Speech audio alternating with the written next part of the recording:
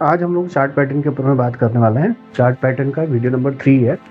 इससे पहले 1-2 series already इसमें डल चुकी है, प्लस प्राइस सेक्शन से जितने भी बेसिक चीज़ें हैं वो सारी चैनल के अंदर में ऑलरेडी हैं। नॉट ओनली दैट, चैनल के अंदर में एंट्री पॉइंट, एग्जिट पॉइंट और सारा कुछ डला हुआ है। एक बार आप जाके देखोगे तो आपको समझ में आएगा। तो चलिए सबसे पहले शुरू करते हैं चार्ट पैटर्न का पार्ट 3 में। बेसिकली हमारे पास में क्या क्या इंपॉर्टेंट पॉइंट्स हैं।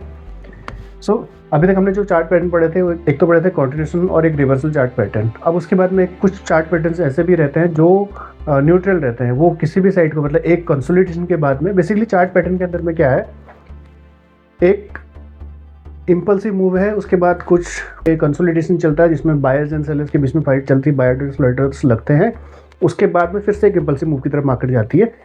तो उसको समझने के लिए हम लोग कैसे करते हैं, ये जो टर्म्स में बता रहा हूँ जस्ट फॉर अंडरस्टैंडिंग, बस प्राइस एक्शन के अंदर में आपको समझना है कि किस तरह से ये बनता है। सबसे पहले हमारे पास में क्या क्या रहता है, न्यूट्रल चार्ट पैटर्न हमारे पास में कितने तरह के होते हैं। पहला तो हमारे पास में राइजिंग चैनल हो गया, फॉलिंग चैनल हो गया, राइजिंग वेज हो गया, फॉलिंग वेज हो गया, सिमेट्रिकल ट्रायंगल हो गया।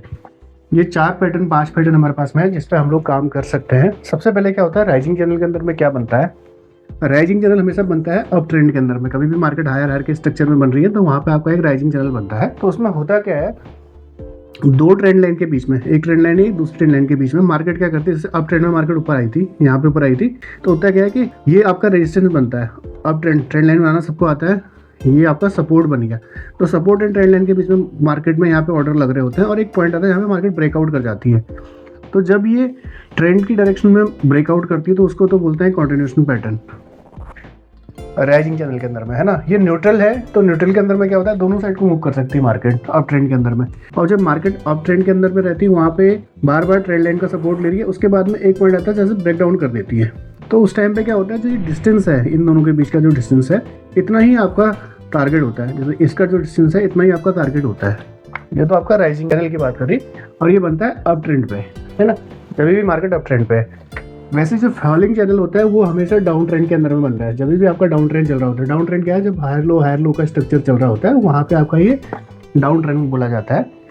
तो इसमें भी सेम है, ये सपोर्ट बन गया आपका नीचे वाला, ये आपका रेजिस्टेंस बन गया। मार्केट नीचे आ रही है, कंसोलिडेशन कर रही है, उसके बाद एक ब्रेकआउट हो रही है। ब्रेकआउट के अंदर में क्या रहेगा, जितना आपका ये इस वेज का एरिया है उतना आपका टारगेट बन जाता है। तो सिंपल सा इतना स्टॉप लॉस रख के इतना आप टारगेट ले सकते हैं, ये आपका। और ये कंटिन्यूएशन हो गया। जब फॉलिंग के टाइम पे ब्रेक डाउन देता है तो ये कंटिन्यूएशन हो जाएगा, और जब फॉलिंग के टाइम पे वो ब्रेकआउट देता है, ब्रेकआउट मतलब ऊपर साइड को, जब वो ब्रेकआउट कब होता है, जब भी आपका रेजिस्टेंस का ब्रेक होता है, वो ब्रेकआउट हो गया। और ब्रेक डाउन कौन सा हो गया, जब भी सपोर्ट का ब्रेक होता है उसको ब्रेक डाउन बोलते हैं। तो ऐसे वाले केस में आप वही सिमिलर टारगेट आप ले सकते हैं यहाँ पे, है ना। उसके बाद हमारा एक आता है राइजिंग वेज और falling veg.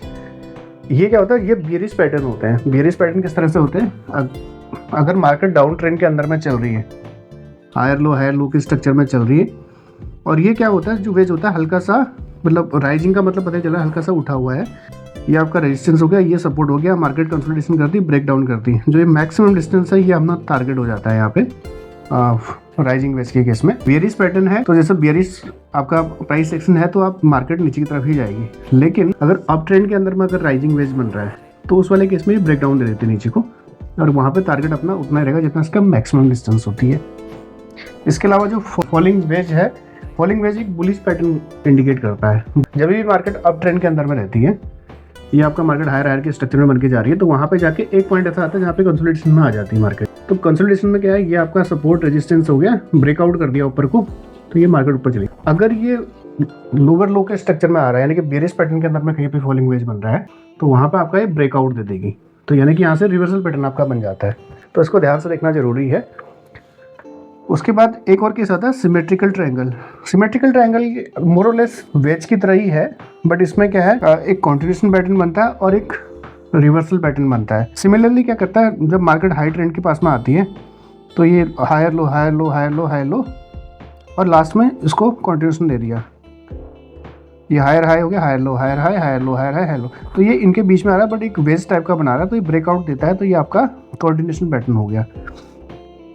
Similarly down trend में अगर ये इस तरह का बनता है, अगर ट्रायंगल बनता है तो नीचे साइड को ब्रेक डाउन दे देगा, तो ये आपका कंटिन्यूएशन पैटर्न हो गया। इसमें रिवर्सल क्या होता है, अब ट्रेंड के केस में जब मार्केट ऊपर की तरफ जा रही होती है और ये कंसोलिडेशन करती है, नीचे को ब्रेक करती है, तो ये आपका रिवर्सल पैटर्न बन गया। सिमिलर डाउन ट्रेंड के केस में अगर मार्केट आपका ट्रायंगल क्रिएट कर रही होती है, ट्रायंगल कैसे, मतलब जैसे जनरली ट्रायंगल आपने देखा होगा, ये ट्रायंगल हो गया आपका, है ना। तो ये जैसे 2 हायर है, 2 हायर लो बन जाते हैं और नीचे ब्रेकडाउन दे देते हैं, तो ये आपका हो गया सिमेट्रिकल ट्रायंगल। सो ओवरऑल कहने का मतलब ये है कि इसकी अंडरस्टैंडिंग हमारे को एक फेयर आइडिया दे देती है कि हमारे को ट्रेड के अंदर में, चार्ट के अंदर में कहाँ पे एंट्री करनी है।